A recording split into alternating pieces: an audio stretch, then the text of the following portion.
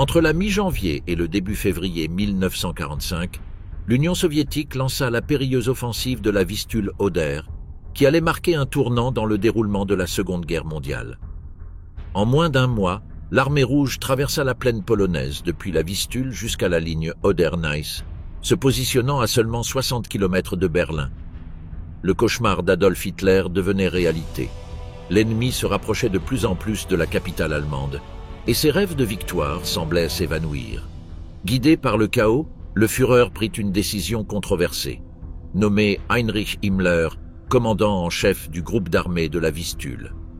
La responsabilité d'empêcher les forces soviétiques d'avancer vers Berlin reposait entre ses mains. Hitler espérait qu'Himmler suivrait la ligne des autres commandants et obéirait à ses ordres sans les remettre en question. Il lui ordonna également de mettre en œuvre des mesures drastiques pour empêcher tout soldat de battre en retraite vers l'ouest. Himmler accepta sans aucune opposition les ordres de son chef, mais cela ne fut pas suffisant.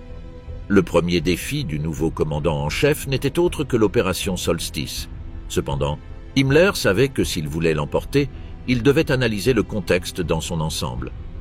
Lors de l'offensive de la Vistule-Oder, l'armée rouge était parvenue à avancer sur les régions allemandes de Poméranie et de Prusse orientale, atteignant la rivière Oder. Malgré cela, un mince espoir naissait dans les bases militaires allemandes, car il était perçu que le premier front biélorusse ne maintenait pas un front suffisamment large en Poméranie. Au contraire, il pénétrait par une bande étroite de terrain. Cette action laissait les flancs vulnérables, tant au sud qu'au nord.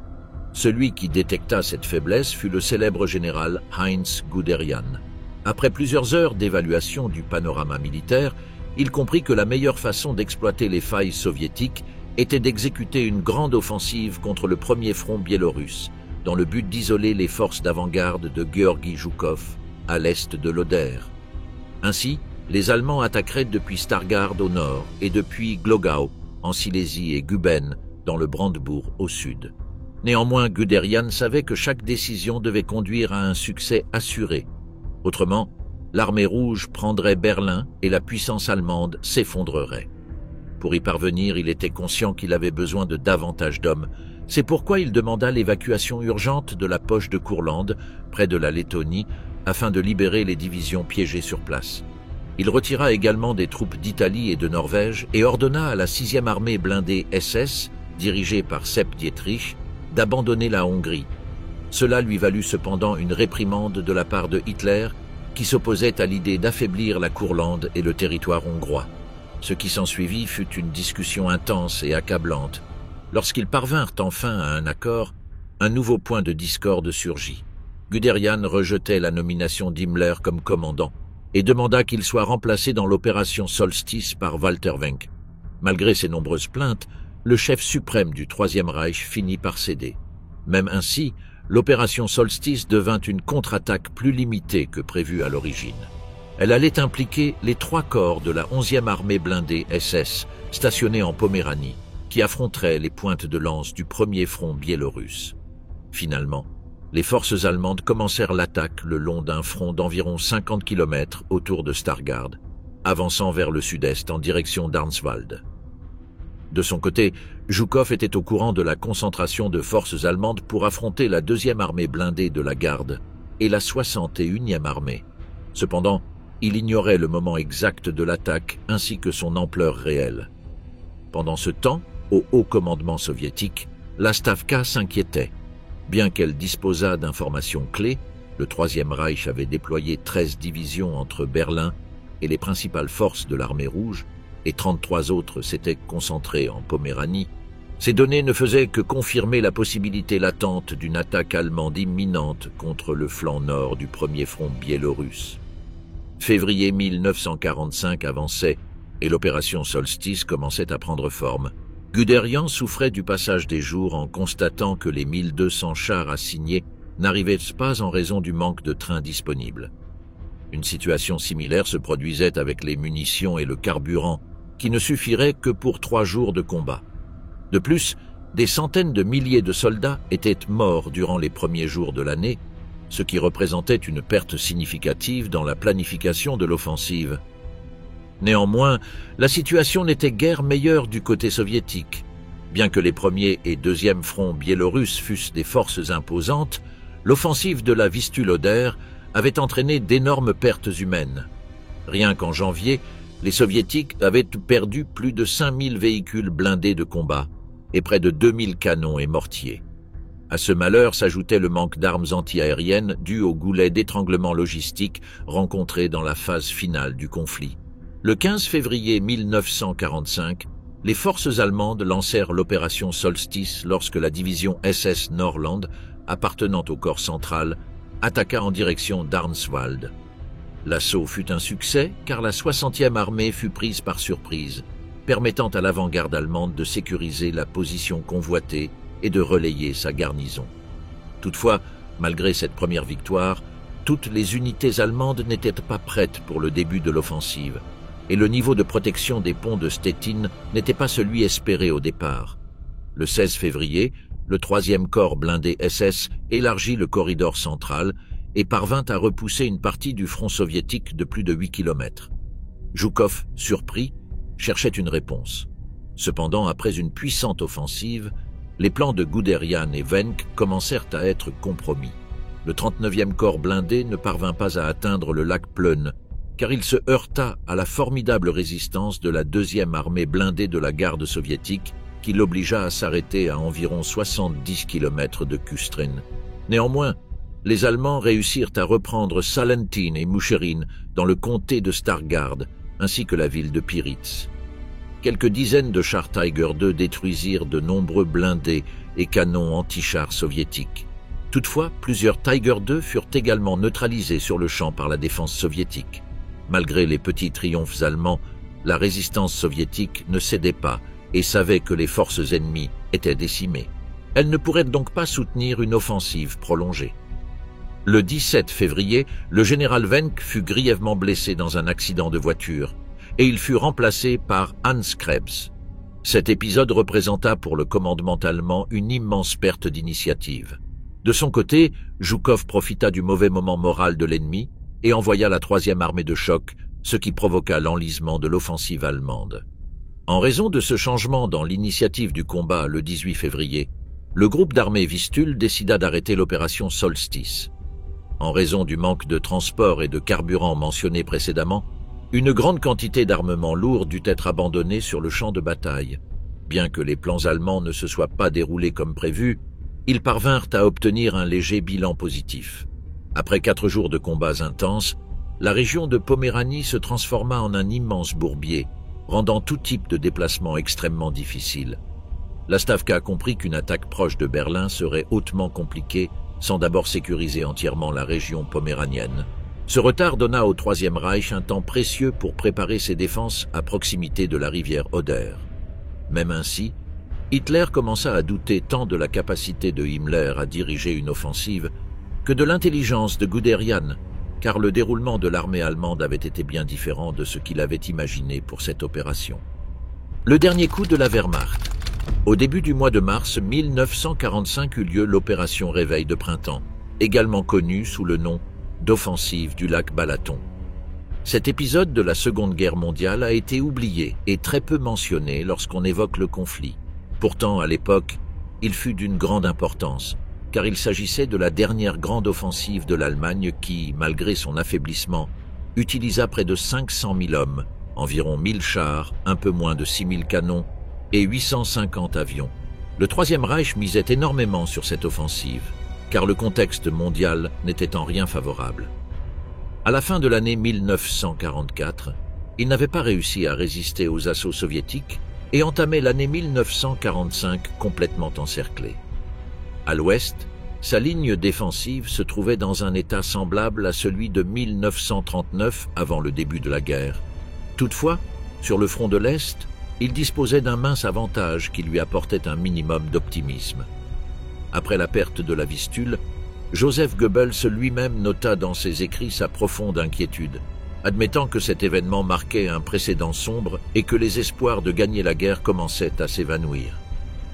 Face à ces complications, une partie de l'armée allemande n'eut d'autre choix que d'abandonner le champ de bataille des Ardennes. Guderian considéra cela comme positif, car cela permettait de renforcer le front oriental. Après ce qui s'était passé lors de l'opération Solstice, comme il le soupçonnait, Hitler constata que les Soviétiques avaient choisi de ne pas entrer immédiatement à Berlin, si bien que son inquiétude se tourna vers les derniers puits de pétrole situés en Hongrie. Ceux-ci devaient être protégés, car à ce moment-là, ils produisaient 80% de tout le carburant disponible pour l'Allemagne.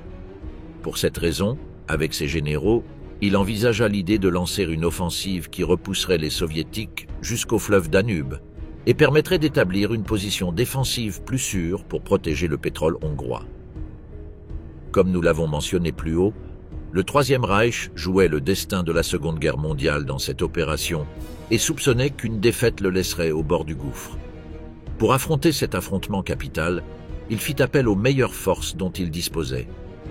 La principale force en présence était le groupe d'armée Sud, soutenu par le groupe d'armée E, situé en Yougoslavie. Il était également composé de la 6e armée Panzer SS, dirigée par le général Sepp Dietrich, qui disposait de nouvelles divisions et d'unités indépendantes d'autres armées, parvenant à rassembler près de 11 divisions blindées. Participaient également la 2e armée Panzer, la 6e armée allemande et la 3e armée hongroise. De l'autre côté, il faisait face au 3e front ukrainien, à la 4e armée de la garde, à la 6e armée de chars de la garde et aux 26e et 27e armées, entre autres. Le 6 mars 1945, au cours de la dernière année de la Seconde Guerre mondiale, débuta l'offensive du lac Balaton, également connue sous le nom d'Opération Réveil de printemps.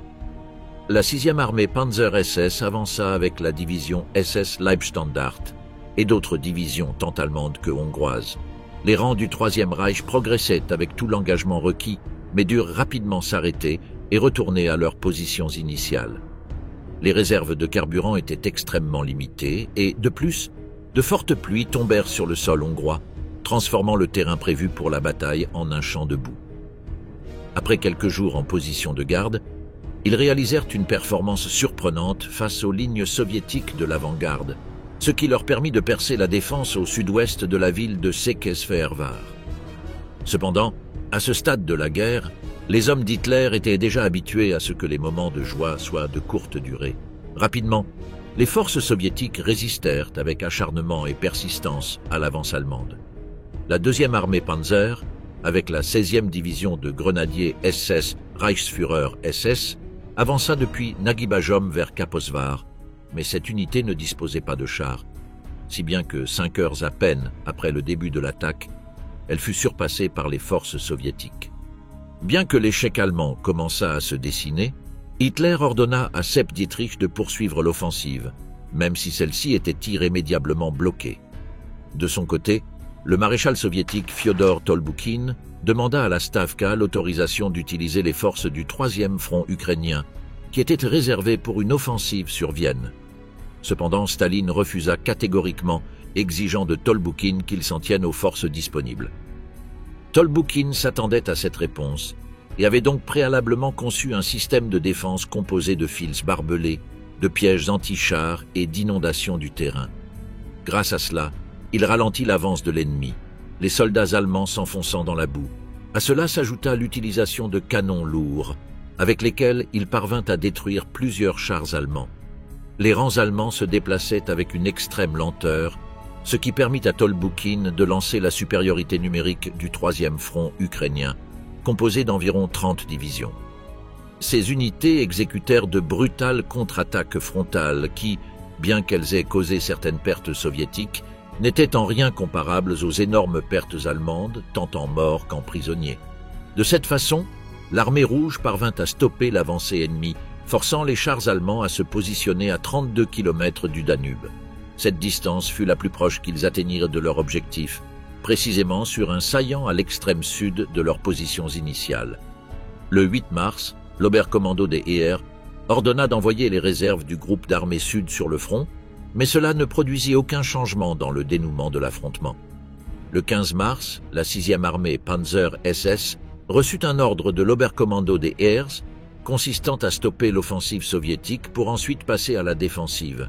Cependant, en raison des nombreuses pertes subies, aucune action ordonnée par le haut commandement allemand ne pouvait porter ses fruits. Les rares territoires qu'ils avaient réussi à conquérir furent automatiquement perdus. Le 23 mars, les troupes de Tolboukine, avec le 2e front ukrainien, attaquèrent la 6e armée allemande, qui attendait sur ses positions d'origine. La 9e division Panzer SS Hohenstaufen était la seule qui semblait apporter de bonnes nouvelles au Troisième Reich, car elle réussit à maintenir la ligne défensive. Le 26 mars, les Allemands durent rapidement se replier à travers toute la plaine de l'Ouest hongrois en direction de l'Autriche, dans le but de protéger Vienne. Ce mouvement offrit aux Soviétiques 90% du territoire hongrois.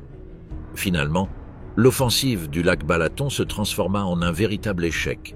En plus de subir la perte de 45 000 hommes et la destruction de 500 chars et canons, ainsi que 200 avions, les forces allemandes durent baisser la tête et accepter une lourde défaite qui les mena à perdre les puits de pétrole de la localité de Nagy-Kanissa, les derniers aux mains de l'Allemagne. À ce moment-là, le pays teuton devait faire ses adieux au peu de gaz naturel qui lui restait et dépendre entièrement du carburant synthétique, qui venait également à manquer. Adolf Hitler, particulièrement furieux de la défaite, s'en prit aux autorités de la division Waffen-SS Leibstandart et ordonna à Sepp Dietrich de leur retirer les brassards qu'il portait et qui arborèrent son effigie, car il ne concevait pas qu'un groupe d'hommes portant son nom n'ait pas combattu de toutes ses forces durant l'offensive et remporté la victoire. Cependant, Dietrich choisit de ne pas transmettre cet ordre à ses soldats pour ne pas nuire à leur morale et leur permettre de poursuivre leur mission. De toute façon, il savait qu'il ne risquait pas grand-chose à ne pas appliquer la directive, car le Führer lui portant de l'estime, il n'y aurait probablement pas de conséquences. La ville qui refusa de tomber. Après que l'armée rouge eut occupé la Vistule, elle chercha à dominer chaque kilomètre carré allemand par tous les moyens possibles. Pourtant, une ville résista avec sang et sueur à une brutale offensive soviétique. Cet épisode est connu sous le nom de siège de Breslau. Cette ville est située à l'ouest de la Pologne, dans la région de Basse-Silésie. À l'époque, elle comptait 625 000 habitants. Jusqu'à la dernière année de la guerre, Breslau n'avait même pas été inquiété par les forces aériennes alliées. Au cours des premiers mois de 1945, elle accueillit des milliers de réfugiés allemands venus de Prusse orientale et d'autres villes polonaises fuyant l'armée rouge. Cette vague fit grimper le nombre d'habitants à 1 million. En raison de son emplacement, les forces soviétiques comprenaient que cette ville les connecterait rapidement au centre de l'Allemagne. Pour cette raison, Hitler classa Breslau comme une forteresse à défendre à tout prix. Le 21 janvier, Karl Hanke, gouverneur de la ville, lui retira le statut de métropole pour commencer à l'appeler « zone de guerre », ce qui entraîna le déracinement de plus de 700 000 habitants, contraints de fuir leur foyer. Bravant des températures de moins 20 degrés, ainsi que des tempêtes de neige et de glace dangereuses, ils se mirent en quête d'une nouvelle ville où trouver refuge. Quelques rares privilégiés purent obtenir des billets de bus, d'autres réussirent à monter dans des camions, tandis que plusieurs personnes voyagèrent en train vers des lieux tels que la Saxe, la Bavière, Berlin ou les Sudètes tchécoslovaques. Environ 116 000 civils choisirent de rester à Breslau, où ils formèrent 10 bataillons de construction et érigèrent un anneau circulaire fortifié de 15 km composé de tranchées, de fortins et de fossés. Le 24 janvier, de puissantes détonations d'artillerie commencèrent à se faire entendre, provoquées par les soviétiques dans les localités de Namslau et Oels, à 35 km de Breslau. Malgré le sentiment que le danger était imminent et l'ennemi proche, la ville continua de fonctionner normalement. Les hôpitaux et l'aérodrome de Gandau restaient opérationnels, tout comme les services d'eau, de gaz et d'électricité.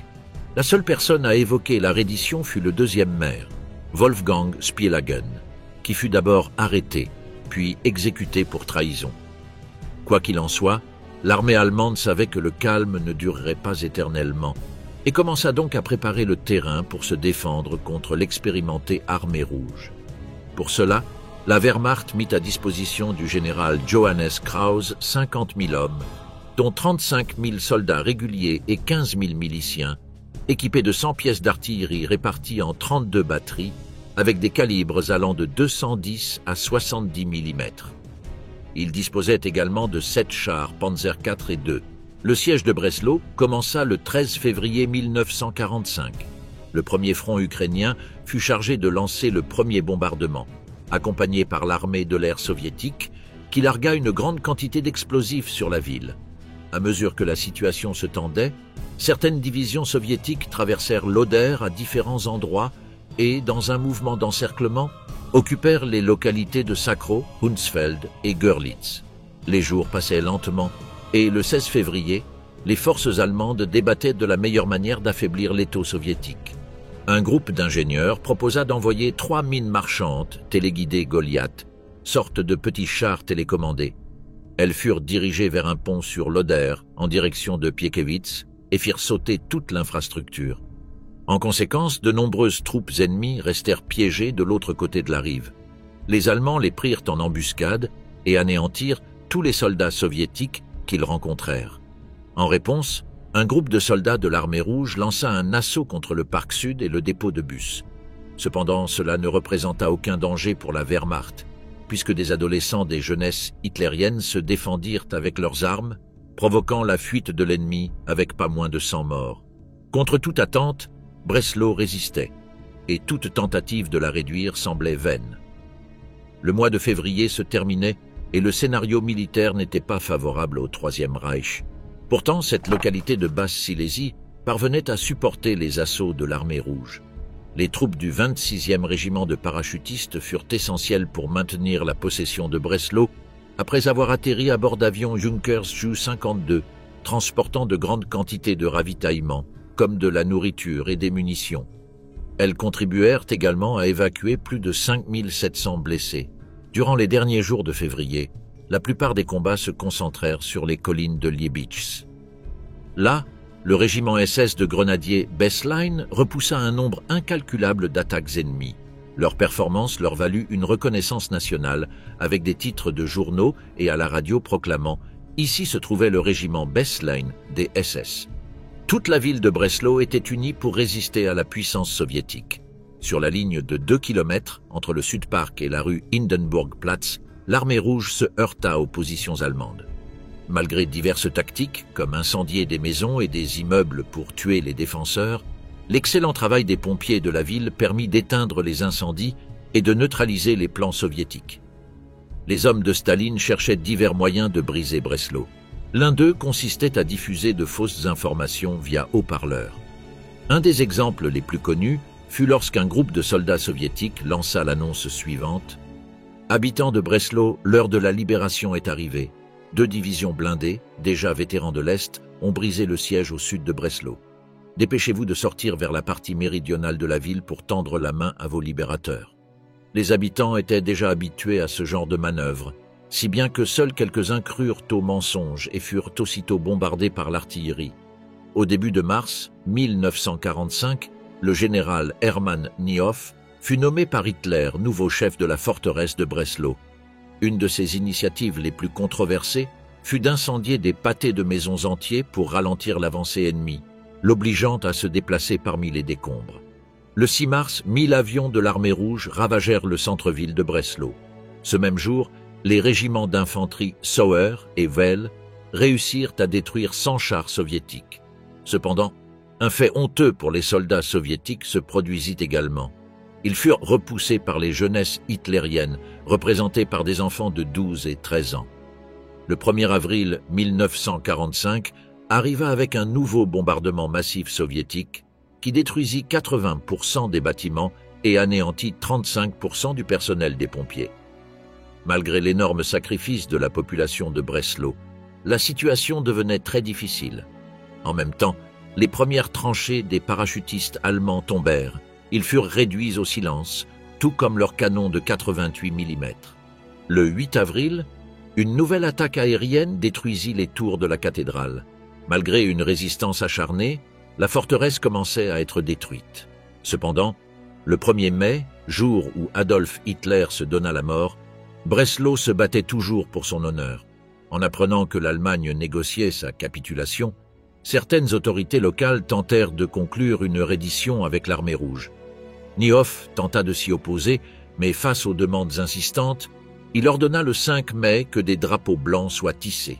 Les jeunesses hitlériennes s'y opposèrent farouchement, criant dans toute la ville des mots comme « traître » et « lâche ». Le 6 mai 1945, les 20 000 survivants de Breslau capitulèrent enfin devant les Soviétiques, un jour seulement avant que l'Allemagne entière ne signe la reddition. En bilan final, les forces allemandes subirent près de 30 000 pertes, avec 6 000 morts et 23 000 blessés. De plus, 4 chars furent détruits et 165 avions abattus. Par ailleurs, 3 millions de civils réussirent à s'échapper vers d'autres régions d'Allemagne, accomplissant ce qu'aucune autre ville n'avait pu faire. La résistance de Breslau paraît d'autant plus héroïque lorsqu'on connaît les pertes infligées à l'armée rouge en comparaison. Pas moins de 60 000 victimes avec 13 000 morts soviétiques et 47 000 blessés. En outre, environ 125 chars furent détruits et 100 avions abattus. Tempête rouge sur la Ness. À la mi-avril 1945, l'armée rouge se préparait à lancer le dernier grand assaut sur le front de l'Est, dans le but de conquérir Berlin, la capitale de l'Allemagne et du Troisième Reich. Après avoir ravagé la Pologne durant les mois de janvier et février, Georgi Zhukov, Ivan Koniev et Konstantin Rokossovski cherchèrent à regrouper toutes leurs troupes, puis à réunir tous les approvisionnements possibles afin de mener à bien leur objectif tant attendu. Du nord au sud, le deuxième front biélorusse, dirigé par Rokossovski, se préparait à affronter la troisième armée Panzer. Le premier front biélorusse de Zhukov se tenait prêt contre la 9e armée. Le premier front ukrainien, dirigé par Ivan Koniev, devait combattre la 4e armée Panzer allemande. Ensemble, les 3 fronts soviétiques réunissaient plus de 2 millions d'hommes luttant pour une même cause. Ils disposaient de plus de 40 000 canons d'artillerie, 6 200 chars de combat et 7 500 avions. En face, le dernier million de soldats allemands tentait de former la dernière ligne de défense susceptible de leur permettre de ne pas perdre la guerre ou, à défaut, d'en sortir avec le moins de dégâts possible. Le premier front ukrainien s'approcha de la Ness le 12 janvier 1945 avec le début de l'offensive de la Vistule-Oder. Les armées de Koniev progressèrent rapidement dans le sud de la Pologne et affrontèrent les attaques allemandes visant à freiner leur avancée. Ils savaient que, pour continuer à progresser, ils devraient combattre quiconque se dresserait sur leur chemin. Au cours des premiers jours de mars, les avant-gardes du premier front ukrainien atteignirent les rives de la Ness, à quelques kilomètres de villes allemandes comme Cottbus ou Dresde. En parallèle, dans cette dernière ville, les forces aériennes britanniques menèrent le célèbre bombardement qui détruisit tout son patrimoine architectural. L'objectif de Koniev et de Zhukov était d'établir des têtes de pont sur les rivières Oder et Neisse, avant que leurs grandes offensives ne commencent à s'essouffler. Cependant, Koniev ne réussit pas à se positionner sur la rive occidentale de la Neisse, car il se heurta à une résistance létale de la part des forces allemandes. Le 3 avril, Koniev et Zhukov participèrent à une réunion importante à Moscou, en présence même de Joseph Staline. Là, le dirigeant soviétique leur fournit des instructions fondamentales à prendre en compte pour l'offensive qu'ils allaient bientôt lancer. Sans aucun doute, le point le plus marquant de cette réunion fut que Staline informa ses commandants que, si la vitesse de leur avance le permettait, ils avaient l'autorisation d'entrer dans Berlin. Cette dernière indication entraîna la planification de l'offensive de la manière la plus dévastatrice et agressive possible. À l'aube du 16 avril, à quelques minutes d'intervalle, Koniev et Zhukov lancèrent leur première attaque. Bien que leurs offensives aient été également intenses, Zhukov utilisa des dispositifs lumineux pour ajouter de la clarté à ses attaques nocturnes. Koniev, en revanche, ne partageait pas cette méthode et décida d'attaquer dans l'obscurité la plus absolue et stratégique. Son plan consistait à déployer un immense écran de fumée le long de la ligne de défense allemande afin de gêner sérieusement la visibilité de l'ennemi et de l'empêcher de voir clairement l'attaque. N'ayant pas encore établi de tête de pont sur la Ness, Koniev n'avait pas d'autre choix que de traverser la rivière dès la première étape de son offensive.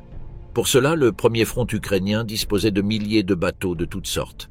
Il réussit en outre à établir jusqu'à 150 points de franchissement sur un front de 20 km, bien que l'artillerie soviétique ait bombardé 80 km de rive pour dérouter les Allemands. D'abord, les forces soviétiques tirèrent des obus fumigènes avec leurs canons et leurs avions. Ensuite, Koniev lance les tirs d'artillerie contre les positions défensives allemandes, qui furent ensuite prises d'assaut par l'infanterie. Comme le vent était faible, la fumée ne se dispersa pas et le plan de Koniev se déroula à la perfection. Ce mouvement fut absolument écrasant pour les forces du Troisième Reich, qui perdirent la rive ainsi que toutes leurs positions arrière. Il était 6h55 du matin lorsque les hommes de Koniev lancèrent leur première vague à bord de milliers de bateaux. L'objectif principal de cette action était de prendre des têtes de pont à des points stratégiques comme Bautzen et d'avoir les ponts prêts en moins de 3 heures. Tandis que les troupes agissaient à grande vitesse, l'artillerie soviétique tirait sans relâche, empêchant les Allemands de sortir de leurs abris. Il ne fallut que 20 minutes pour établir les premières têtes de pont sur la Ness, ce qui permit de commencer immédiatement la construction de nouveaux ponts. 1 heure plus tard, des centaines de chars traversèrent la rivière sur des ferrys, consolidant les têtes de pont que l'infanterie venait de prendre. Peu après, Koniev reçut une excellente nouvelle. Ses hommes avaient réussi plus de 133 franchissements de la rivière sur les 150 planifiés. Cette réussite ne faisait que confirmer que les choses se passaient bien pour l'Union soviétique et que Koniev méritait d'être reconnu pour ses actions héroïques. Les 3e et 4e corps de chars soviétiques traversèrent la Ness à toute vitesse grâce aux nouvelles structures établies. Ainsi, dès les premières heures de l'après-midi, ils brisèrent les défenses intérieures allemandes, puis foncèrent rapidement vers leur arrière-garde. Tant le haut commandement allemand que ses soldats étaient désespérés. Toutes leurs lignes avaient été détruites, et leurs ennemis les surpassaient dans la majorité des secteurs. La seule option face à tant de désolation fut de se replier lentement vers le sud-ouest, en direction du sud de Bautzen. Les forces soviétiques ne les poursuivirent pas, préférant immédiatement se tourner vers le nord pour foncer sur Berlin. En parallèle, l'offensive de Zhukov sur les hauteurs de Silov avait été repoussée par l'adversaire. Staline téléphona à Koniev et l'informa que les actions proposées par Zhukov ne donnaient pas les résultats escomptés. Il lui ordonna donc de ne pas ralentir son avancée et insista sur l'importance d'aller vers Berlin, quoi qu'il arrive. Il est important de souligner que l'objectif principal du dirigeant soviétique était d'atteindre la capitale allemande avant les Britanniques et les Américains. C'était là la raison principale de sa hâte. Malgré le ralentissement de Zhukov, les deux maréchaux atteignirent Berlin pratiquement en même temps. Bautzen, la dernière victoire du Führer. Le 21 avril 1945, alors que Berlin subissait une attaque terrestre menée par Zhukov à 50 km plus au sud, le maréchal allemand Ferdinand Schörner lança une contre-attaque qui devint la dernière victoire célébrée par le Troisième Reich durant la Seconde Guerre mondiale. Lors de l'offensive de Koniev sur la Neiss, l'aile sud, qui devait se diriger vers les villes de Bautzen et Dresde, comptait comme force de choc principale la 2e armée polonaise, composée de soldats du gouvernement communiste polonais récemment instauré. Ceux-ci comptaient plus de 100 000 hommes, dont 84 000 Polonais et 20 000 Soviétiques, appuyés par 500 chars. Au 4e mois de 1945, l'Allemagne traversait une situation extrêmement critique et se retrouvait totalement encerclée. L'armée rouge cherchait à dominer le front oriental et se trouvait à 2 doigts d'entrer dans Berlin depuis ses positions sur l'Oder. Sur le front occidental, les forces anglo-américaines étaient à quelques kilomètres de la rive de l'Elbe. Toutefois, tout n'était pas que défaite pour l'Allemagne. Comme mentionné plus tôt, la 2e armée polonaise, alors groupement fantoche de l'Union soviétique, lança une offensive sur la Ness pour conquérir les ruines fumantes de la ville historique de Dresde. Mais rien ne se passa comme prévu. Le maréchal Ferdinand Schörner avait minutieusement étudié le contexte militaire et sut interpréter les manœuvres de ses adversaires. Il se prépara donc à désarticuler complètement l'attaque ennemie. À cette fin, il mobilisa la 4e armée Panzer, dirigée par le général Fritz Huber. Il déclara également la ville intermédiaire de Bautzen comme une forteresse, placée sous la garde du colonel Dietrich Höpke. La 4e armée Panzer surveillait une zone de 50 km le long de la Neiss, qui faisait office de véritable barrière naturelle pour les défenseurs. Bien que la rivière ne fasse que 15 mètres de large à certains endroits, il était tout de même difficile pour les soviétiques de s'établir sur la rive opposée, en raison des pièges et obstacles stratégiquement installés par les Allemands entre le nord, Forst, et le sud, Görlitz. Rappelons que l'Allemagne avait subi de lourdes pertes et que de nombreux soldats étaient morts, ce qui l'obligea à former des bataillons avec des individus aux compétences douteuses. Le déploiement au nord, dans l'axe de Cottbus, fut réalisé par la 35e division SS de police avec les condamnés et ex-prisonniers de la 36e division SS de grenadiers d'Irlewanger, accompagnés d'autres divisions Panzer et unités de la Luftwaffe. Ensemble, ces unités comptaient 50 000 hommes et 300 chars. Comme déjà mentionné, à 4h30 du matin, le 16 avril 1945, des milliers de pièces d'artillerie de l'armée rouge tirèrent sur un secteur de 80 km sur la rive ouest de la Ness. Des milliers de soldats traversèrent le fleuve sur 1000 pontons de bois et à bord de 2400 barques. Après avoir observé avec stupeur la construction de 150 ponts, la 3e armée blindée de la garde, avec la 13e armée et la 5e armée de la garde, parvinrent à percer le front. En milieu de matinée, les soviétiques entrèrent dans Cottbus, l'un des principaux objectifs de leur opération. Au sud de la Ness, les soldats de la 2e armée polonaise franchirent les défenses allemandes et ouvrirent une brèche de 8 km, défendue par la division Panzer Brandenburg, permettant à la division polonaise de pénétrer jusqu'à 15 km dans la profondeur ennemie.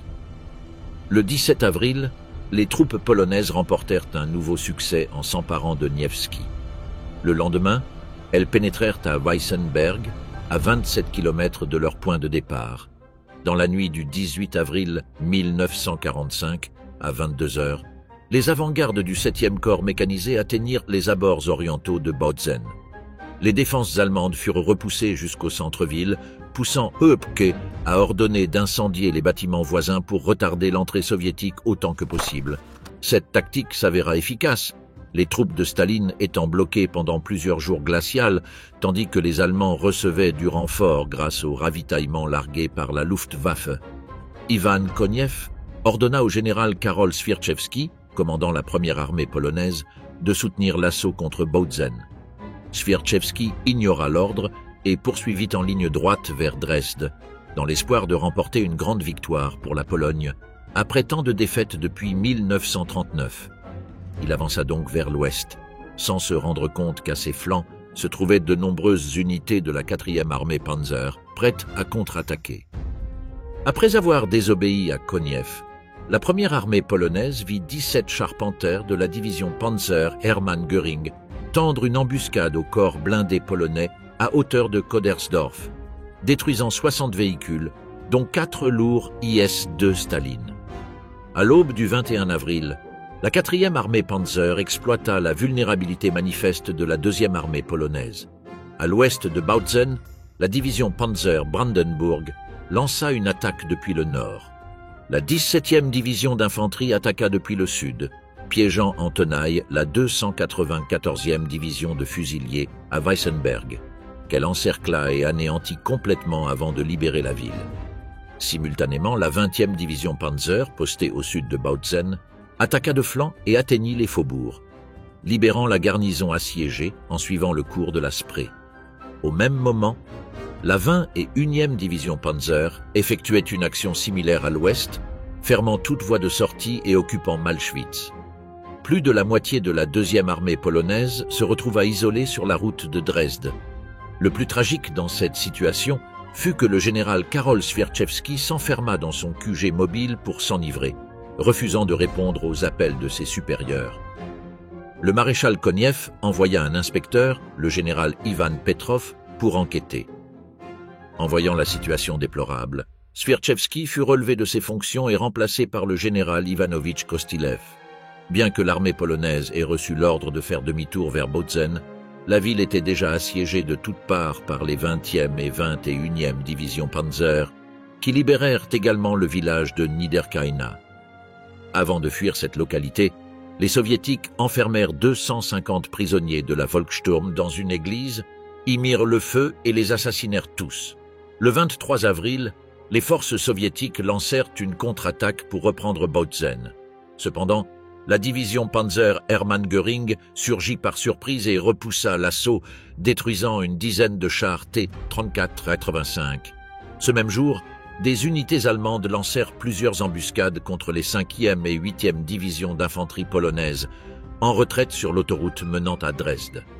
Simultanément, la division Panzer Brandenburg et la 17e division d'infanterie frappèrent Weissenberg, infligeant de lourdes pertes aux 25e et 57e brigades mécanisées de la garde, relevant de la 4e armée blindée de la garde, détruisant 50 T-34.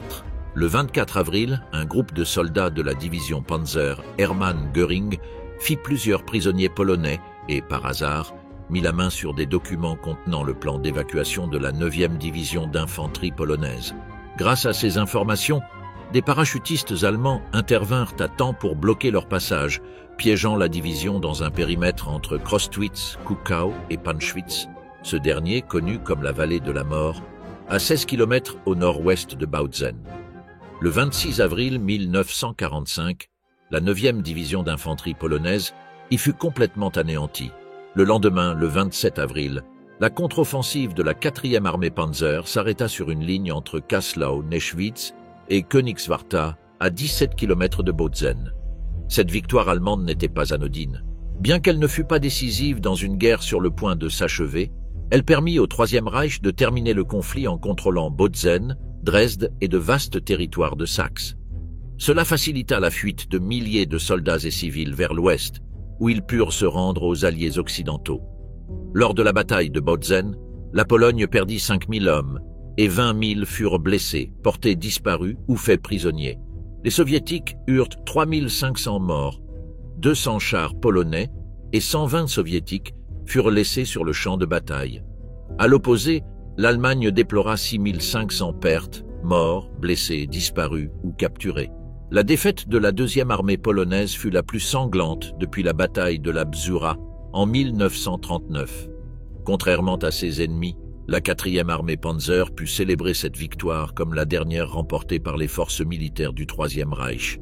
Fait curieux, l'adversaire battu à Bautzen était le même que celui contre lequel l'Allemagne avait remporté sa première victoire de la Seconde Guerre mondiale. L'enfer sur les collines de Silo, le dernier bastion avant Berlin. À la mi-avril 1945 eut lieu un affrontement crucial pour l'objectif de l'Union soviétique d'entrer dans la capitale allemande. Le groupe d'armée de la Vistule était dirigé par le général allemand Gotthard Heinrici, qui avait remplacé Himmler après son échec retentissant. Il se trouvait face à une mission difficile, résister à la puissante offensive lancée par l'armée rouge. Heinrici savait qu'il faisait face à une situation extrêmement défavorable. Il ne disposait que de 200 000 hommes et de 650 batteries, soit un total d'environ 2625 canons et un peu plus de 500 chars et chasseurs de chars. Bien que la Luftwaffe comptât près de 3000 avions, la plupart étaient inutilisables en raison de la pénurie de carburant. Dès le début de la journée du 16 avril, les hommes de Zhukov lancèrent la première attaque qui fut reçue par la 9e armée allemande, représentant la dernière ligne défensive sur l'Oder et ayant pour mission de stopper l'ennemi pour empêcher sa progression vers Berlin. Le général Zhukov était certain que, compte tenu de l'énorme supériorité en infanterie et en blindés, il pourrait éliminer la 9e armée en quelques heures. Pourtant, il n'imaginait pas que le général Heinrici avait conçu une stratégie minutieuse dans les collines de Silo, qui retarderait ses plans de 3 jours. Heinrici fut extrêmement attentif à des aspects clés, comme la cohésion entre les différentes divisions. Ce concept lui permit d'éviter les points faibles dans les zones de jonction, car il considérait que l'une des grandes forces des Soviétiques était de repérer les espaces libres et les défaillances de l'ennemi. Il savait qu'il ne pouvait pas faire confiance à ces divisions isolément. Les divisions d'infanterie comptaient moins de 8000 hommes et les divisions de chars avaient la moitié de leurs effectifs. De plus, la localité de Silo était défendue par la 9e division de parachutistes, composée de soldats jeunes et inexpérimentés, qui n'avaient que 2 semaines d'entraînement à l'infanterie et étaient dirigés, qui plus est, par des pilotes chevronnés ne possédant aucune compétence en tactique de combat terrestre. À 2 heures du matin, le 16 avril, 22 000 canons soviétiques à longue portée tirèrent sur tout le front, concentrant leur intensité maximale sur les collines de Silo, rasant chaque mètre carré entre la localité et l'Oder.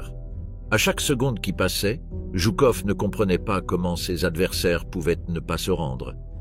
Hitler avait été strict avec Heinrici, en lui ordonnant de ne pas battre en retraite volontairement, mais le général allemand, quelques minutes après le début des combats, avait déjà retiré une grande partie de ses troupes. Cela lui permit de réduire considérablement les pertes. Un peu plus d'une heure après le début de l'affrontement, plus de 100 projecteurs soviétiques illuminèrent le champ de bataille, plongeant les Allemands dans un nuage dense de fumée. Cependant, cette stratégie produisit des effets inverses. La zone fut envahie par des nuages de poussière et de fumée qui réfléchissaient les faisceaux lumineux au lieu d'éclairer les nuages bas pour projeter la lumière au sol. Cela provoqua non seulement une visibilité très mauvaise pour les Soviétiques, mais révéla aussi aux Allemands les silhouettes des soldats ennemis. De plus, le terrain, ravagé par les immenses cratères provoqués par l'artillerie soviétique, entrava l'avancée tant de l'infanterie que des chars et canons d'assaut. Pendant ce temps, dans le secteur nord, les Allemands résistèrent farouchement à l'attaque soviétique. Toutefois, ils étaient désorientés par les bombardements et l'ampleur de l'assaut. Après la première journée de combat, la ligne allemande tenait bon, si bien qu'il fut décidé d'appeler la maigre réserve disponible pour aider à soutenir l'assaut ennemi. Le temps passait et les chars soviétiques réussirent à percer une brèche qui fut colmatée par 2 compagnies de chasseurs de chars ayant détruit plus de 30 blindés lourds. L'aviation soviétique soutenait l'attaque en larguant environ 900 tonnes de bombes, issues de 700 bombardiers lourds. L'un de ses plus grands succès fut la destruction d'un train d'appui transportant des munitions et du ravitaillement, dont 3 canons de 128 mm et 7000 projectiles. À la fin de la journée, l'armée rouge avait réussi à avancer de 8 km, mais sans parvenir à une percée décisive.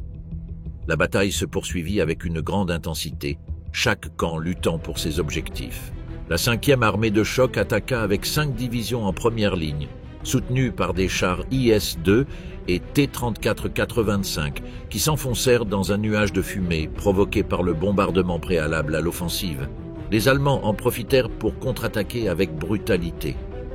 La 9e division de parachutistes, bien qu'inexpérimentée et subissant de nombreuses pertes durant ses déplacements, parvint à détruire plus de 30 chars et à stopper l'avancée de 3 divisions. Contre toute attente, le train blindé Berlin arriva sur la zone de combat. Il transportait 5 wagons équipés de canons de 88 mm qui détruisirent près de 60 chars soviétiques. Pendant ce temps, au sud, le premier front ukrainien de Koniev avançait comme prévu, repoussant la 4e armée Panzer du général Schörner. Staline était irrité par les contretemps qui ralentissèrent la progression à Silo. Il ne comprenait pas comment les forces allemandes avaient pu résister aussi longtemps et retarder les objectifs soviétiques. De l'autre côté, Heinrichi s'inquiétait, car ses troupes manquaient de réserve. Le 18 avril, l'offensive soviétique s'intensifia considérablement. Le général allemand Theodor Buss ordonna qu'elle soit repoussée avec les 2 dernières divisions de défense encore disponibles, la 11e division de grenadiers SS Nordland et la 23e division de grenadiers volontaires SS Nederland.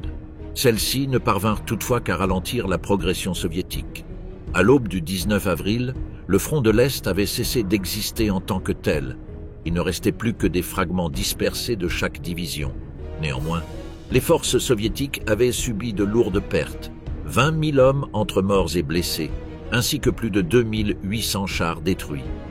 La bataille des collines de Silo fut le dernier grand succès stratégique des forces allemandes avant la fin de la guerre. De l'autre côté, les soviétiques célébraient le fait d'avoir Berlin en ligne de front. Évasion impossible dans les forêts de Halbe. À la mi-avril, la bataille de Berlin avait déjà commencé et la 9e armée était postée derrière l'Oder. Theodor Buss avait décidé de ne pas se retirer vers le sud pour affronter Konev, car il imaginait que les alliés occidentaux arriveraient les premiers à Berlin. Konev était impatient d'encercler Buss et ses hommes pour ensuite atteindre Berlin le plus rapidement possible. Le 22 avril, Adolf Hitler s'effondra en réalisant qu'il avait perdu la guerre. Pour le réconforter, le général Alfred Jodl lui suggéra que la 9e armée de Buss abandonne le front de l'Est et se dirige vers l'Ouest pour rejoindre la 12e armée dirigée par Wenck sur le front de l'Ouest afin de terminer à Berlin et de lever le siège. Il était évident que les chances de succès de ce plan étaient minimes. La 9e armée était encerclée et ne comptait guère plus de 80 000 soldats dispersés dans différents corps d'armée. Lorsque Buss reçut les ordres, il comprit que s'il parvenait à rejoindre Wenck, il aurait accompli un exploit. Il l'appela rapidement et, désobéissant ni plus ni moins qu'à Hitler, lui annonça qu'il ne retournerait pas à Berlin, mais qu'il traverserait l'Elbe pour se rendre aux Alliés. Wenck accepta, et, le 24 avril, envoya uniquement le 10e corps d'armée à Potsdam, ville située à quelques kilomètres de Berlin, pour tenter d'évacuer les réfugiés et la garnison de la ville. Wenck se retira avec presque tous ses hommes vers l'est pour se rapprocher de Busse. La 9e armée utilisa les 31 derniers chars qui lui restaient et prit la tête du convoi qui tentait de se frayer un passage rapidement, en veillant à ce que l'armée rouge ne les arrête pas. Zhukov se rendit compte de la voie d'évasion possible. C'est pourquoi il envoya une partie de ses hommes du premier front biélorusse vers la forêt de Spreewald, afin de renforcer l'encerclement. Konev ne resta pas en arrière, car il était désireux de capturer la 9e armée. Il déplaça donc également certaines de ses troupes. Le 26 avril, les deux groupes soviétiques fermèrent complètement la poche et, simultanément, les hommes de Busse arrivèrent. De nombreux soldats allemands réussirent à traverser avant que la bataille n'éclate dans le village de Halbe, mais d'autres n'eurent d'autre choix que de se frayer un chemin sous un intense feu d'artillerie et des attaques aériennes. Certains, moins chanceux, furent capturés par les soviétiques. Hitler fut informé du véritable plan de Busse et le fit appeler de retour, mais le général allemand ignora son ordre. Toute cette nuit-là, les forces allemandes combattirent contre l'encerclement soviétique dans une tentative désespérée de fuir vers la zone où se trouvaient les Alliés, mais seuls quelques-uns y parvinrent. Le 28 avril, ils tentèrent à nouveau de se frayer un passage par la forêt de Spreewald, mais beaucoup périrent dans la tentative. La colonne s'était complètement dispersée dans la forêt, et l'armée rouge encercla chaque segment dans le but de l'anéantir. Le village de Halbe était un chaos total. Personne ne voulait tomber entre les mains des soviétiques, car ils savaient que les Alliés leur offriraient un traitement plus humain. Pendant ce temps, les troupes de la Wehrmacht et des SS se mêlaient et se rejetaient la faute du désastre. Les soldats les plus jeunes désertaient en masse et se cachaient dans les maisons des habitants. Certains soldats allemands tentaient de les en faire sortir, mais les déserteurs eux-mêmes les tuaient. Finalement, près de 25 000 soldats réussirent à briser l'encerclement et à s'échapper, tandis que 30 000 autres moururent sur le champ. Un grand nombre d'Allemands furent capturés et envoyés dans des camps de prisonniers. La majorité des unités furent décimées.